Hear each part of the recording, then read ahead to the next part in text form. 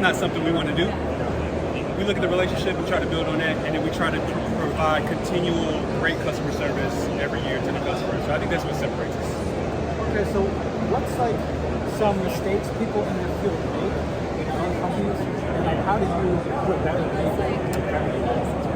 You know, I think some of the mistakes commonly made in the industry are over-promising, right? I think you know, when you over-promise and you try to set expectations too high and not be realistic, you start off on the wrong foot to your customers, and then your customers, they have a bad feeling about the company as a whole, right?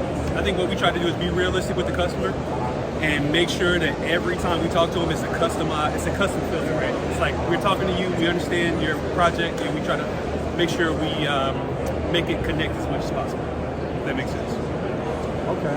I'm trying to focus on that. Don't worry, I'll ask them too. Are they here?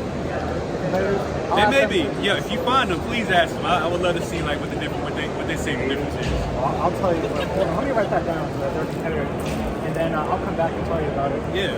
So tell you what they say so you can get some competition. If you see Advantech here, that's one of them. That's probably our biggest. And then there's one called with an ADV. But yeah, that's pretty cool. Yeah. Exactly. And then there's one called Teguar, Teguer. That's another competitor. They may be around here somewhere.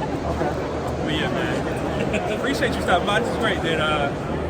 Excited to see how the U.S. Army maybe uses our stuff. I don't know. Well, they probably will because they're kind of, like I was saying, they're really slow. The U.S. Army's really slow at implementing stuff. Yeah.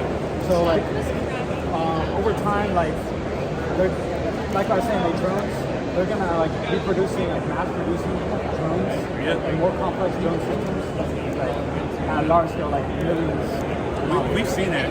One of my counterparts, he has a drone company as his customer, and they are really scaling up, and it's for the U.S. military. So yeah, it makes sense. So like, are they harnessing drones or suicide drones? I'm not entirely sure. I'm not sure. They may be recon. I'm not sure on the actual project. I just know that they're drones, and they're pairing them with the U.S. Defense Department. So, well, what probably is, I don't know what probably, like, you guys said the U.S. Army is like really behind this stuff. Like, they're just making pretty much just reconnaissance drones.